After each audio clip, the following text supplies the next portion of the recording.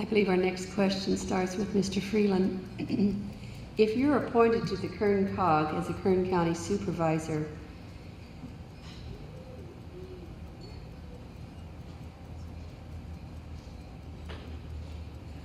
will you vote with the majority of the board members, or will you vote the way you feel is best for the Kern County? Well, that to me is a no-brainer. I'm going to vote the best for my constituents in District 1 first, and certainly Kern County constituents second.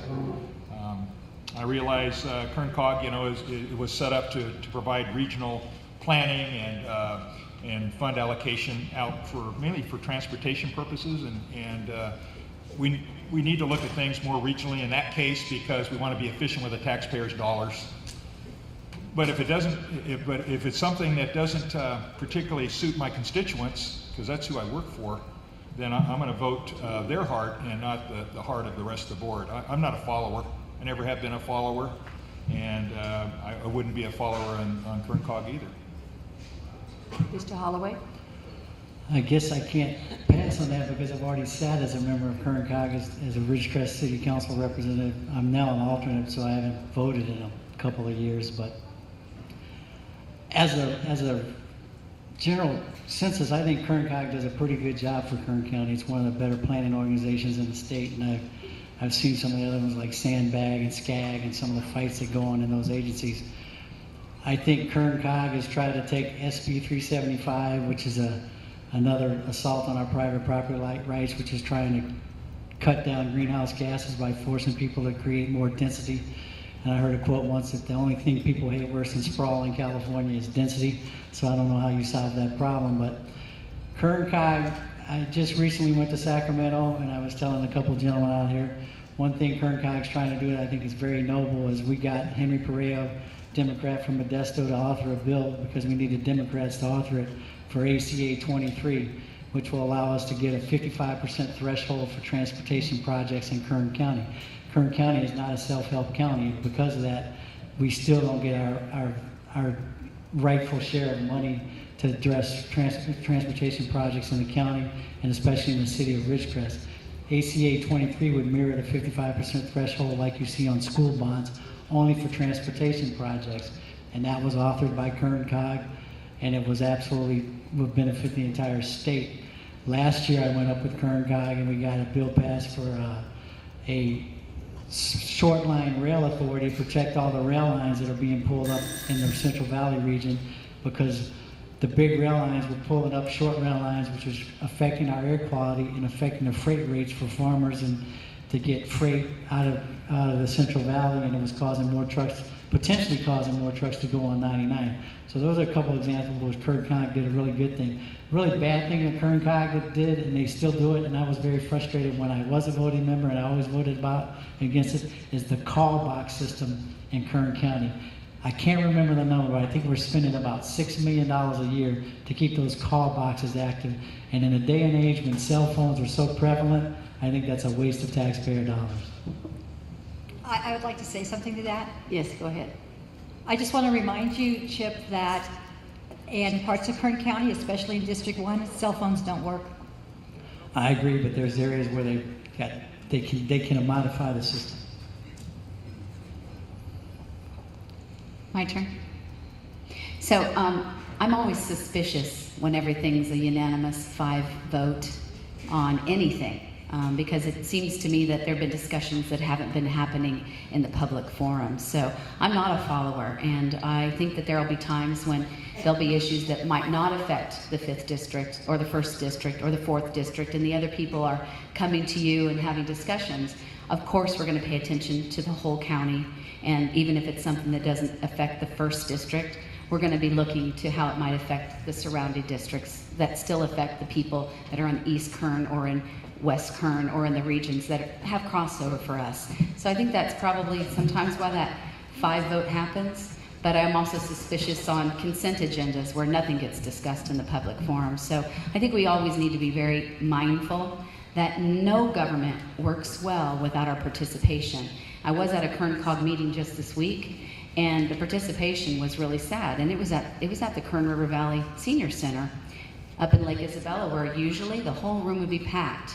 And I think that that demonstrates the community's relationship with Kern Cog. They don't trust the agenda behind Kern Cog. And I think that that's really something you have to think about. What's the agenda behind some of these commissions? Because even in that meeting, they were bringing up energy use. And they had this great big pie, how they divided up energy use. And 50% of the pie represented unknown power use.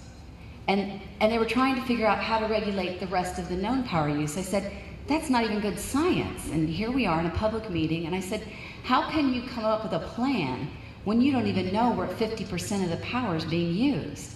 You're going to regulate the rest of us, but you're not going to pay attention to that 51% where you don't know where anything's happening. So I think when we have those boards and commissions, we as citizens have to be engaged and pay very close attention to what the ultimate agenda is.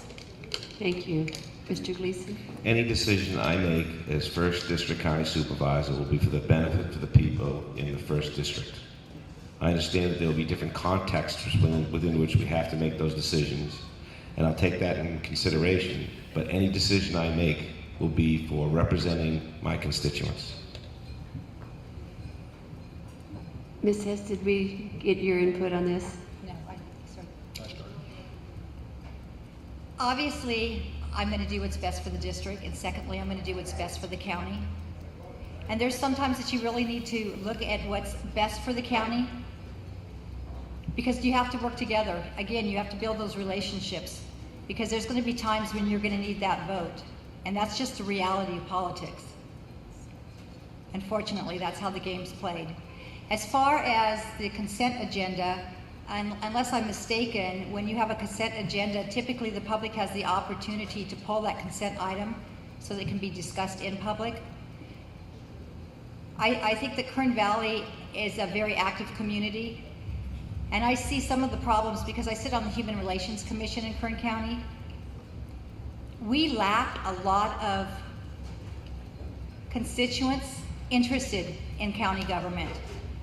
Unless it's something directly affecting you, nobody shows up at these meetings.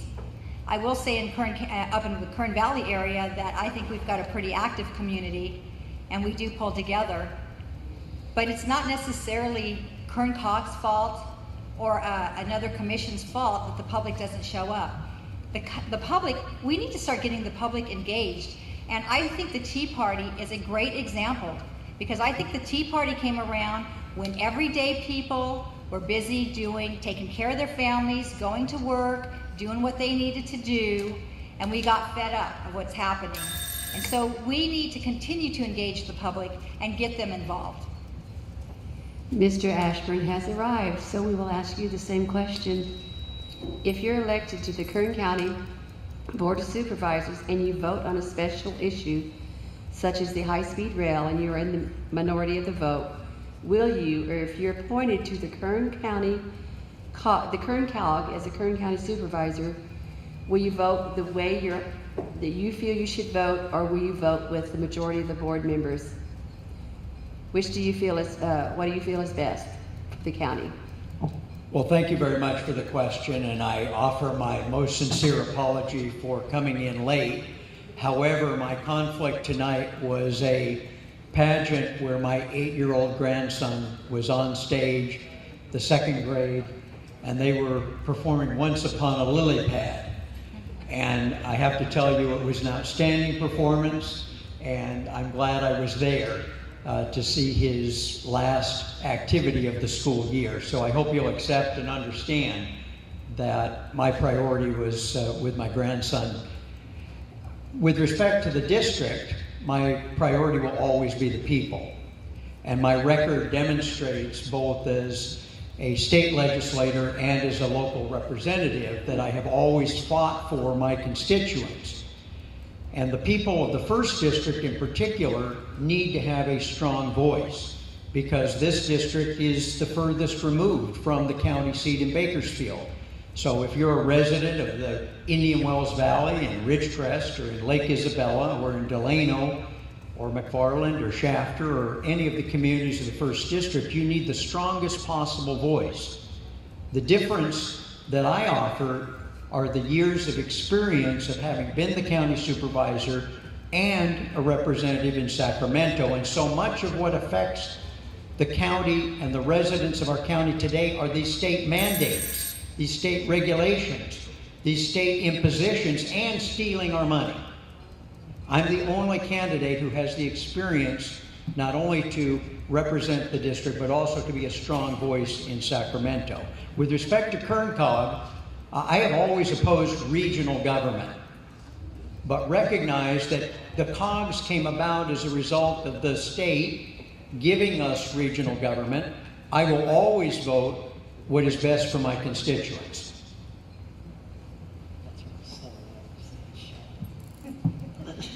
I got it. You have 30 seconds after that bell goes off. When Jeanette goes like this, it's Over. All right, we're going to start with you on this question. What are the 3 core values of the Bakersfield Tea Party?